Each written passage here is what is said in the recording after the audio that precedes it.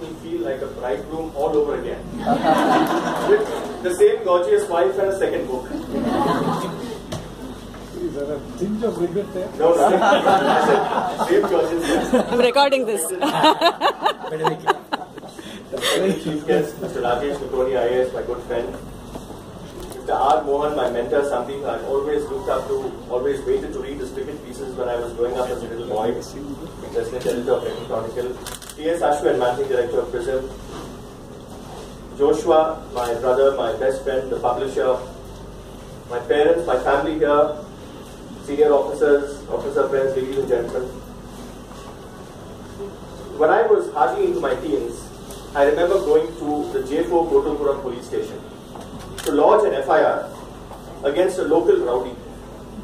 The inspector received the complaint and said, "You can leave." And I said, "I want a receipt. I want an FIR."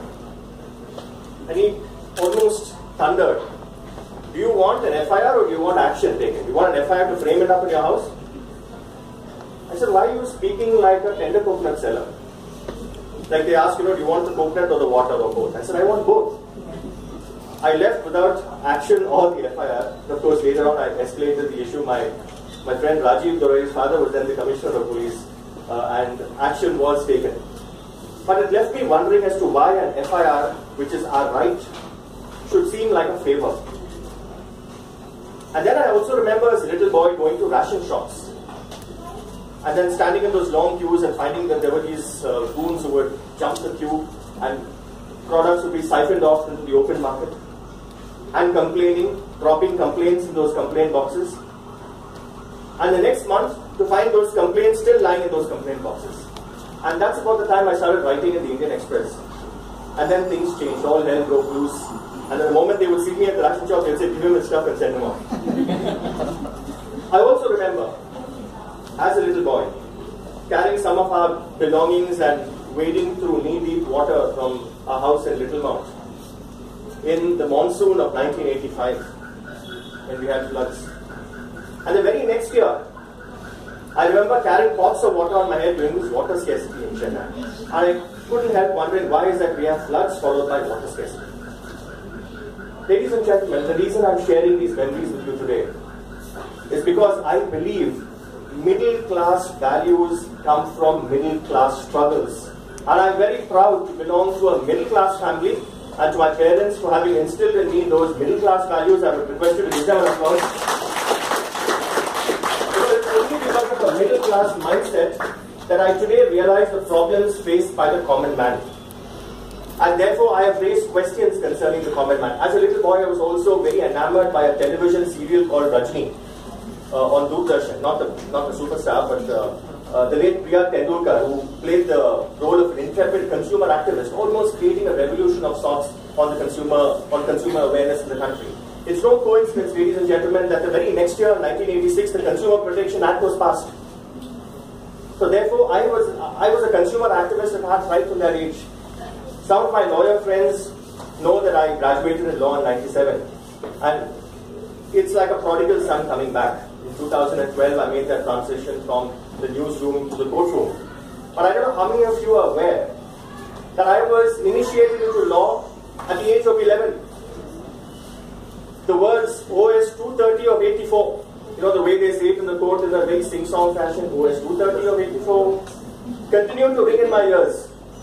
Because that was a case which my father filed for specific performance against the Archdiocese of Madras and fought right up to the Supreme Court. So as a little boy, I have carried my heavy bags, school bags, and gone to the court, witnessed court hearings from the age of 11 onwards.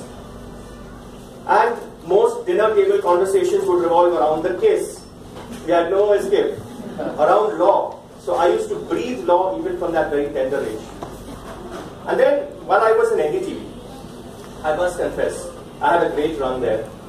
But then there was something missing, honestly. I actually wanted to do a show, a legal show, which Pranay and Radhika vetted, and they said it's a great idea, but it never came in, never saw the light of day because we're so caught up with the news of the day. The news of the day actually deprives us. The cycle of news is such that we really don't have time to focus on the real issues in life, the real issues that affect you and me, the real issues that plague us as citizens. And that's when I broached the subject with Anuradha Nagaraj, who had come down, she was with the Deccan Chronicle then, and Yagna Balaji, and we met at a coffee shop, and Mr. R. Mohan was kind enough to sanction that column. So 2 years ago, this column was sanctioned called Justice for All. And I must thank Deccan Chronicle for seeing value in my legal writing. And there's another reason why I must thank them. In fact, I must congratulate them. You know, almost all my columns have questioned and challenged existing practices of builders, of telecom companies, of hotels, of hospitals, of government agencies, all of which are potential advertisers.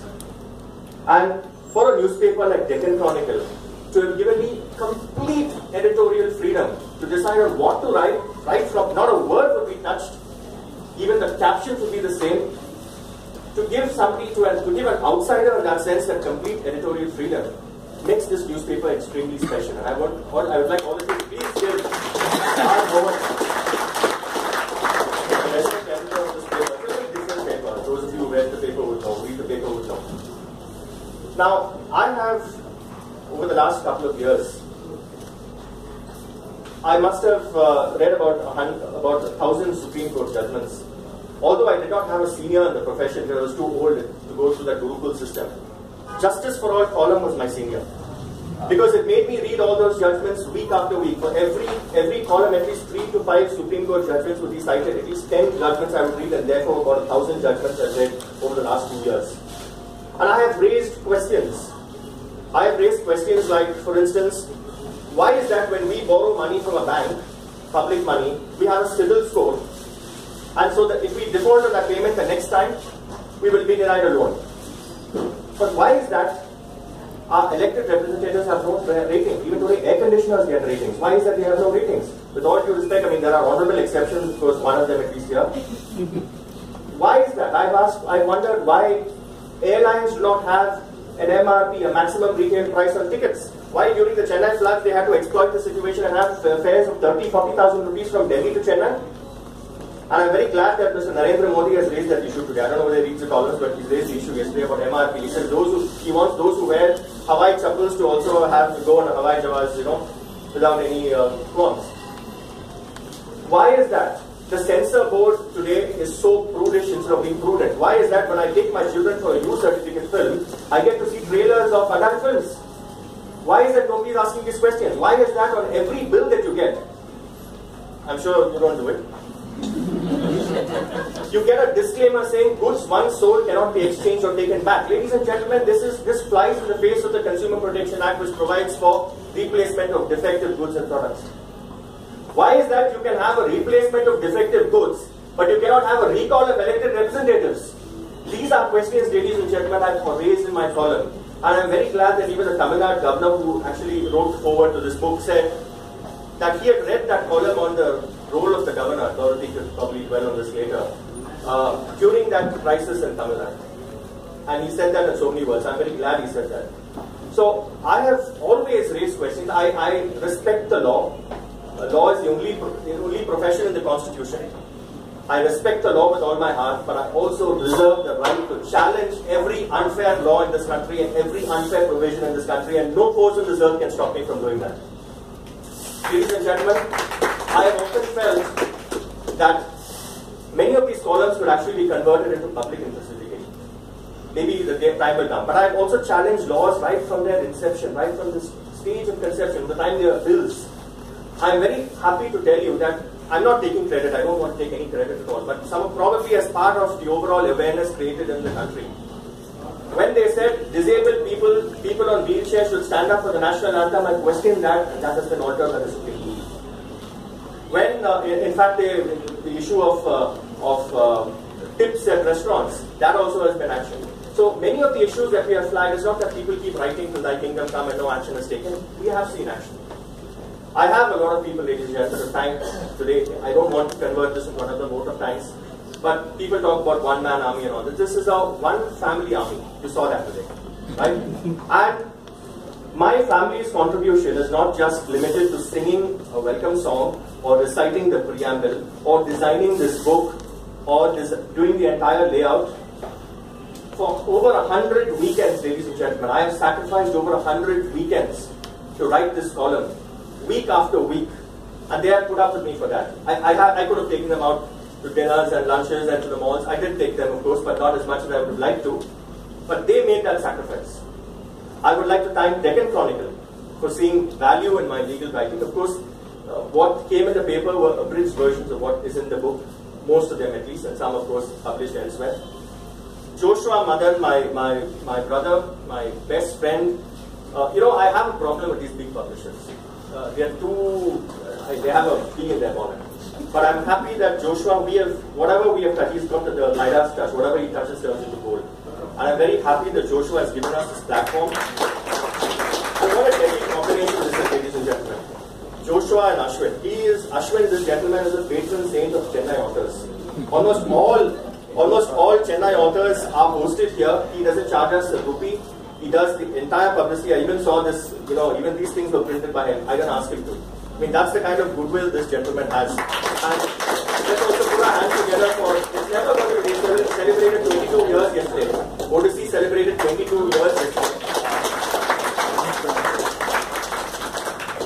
And it's never a catch-22 for us, because when it's books, it's Odyssey. Let's be very clear about that. Right, ladies and gentlemen? When it's books, it's Odyssey. Also, I need to thank the Tamil Nadu governor for being very gracious. I went to him and asked him to give me a message. And then he said, I'll write the foreword to the book. And he even offered to post it in the Raj Bhavan, but because of certain situations, he's governor for 2 states, he couldn't be here. Otherwise, he would also had a function at the Raj Bhavan, if only, his schedule had permitted that. To all those who have given me special messages, for instance, Justice M. Sundar of the Madras High Court, who was my role model and my senior in the debating circuit. You can see a lot of lawyer friends, Bala, Karthik, Seshadri.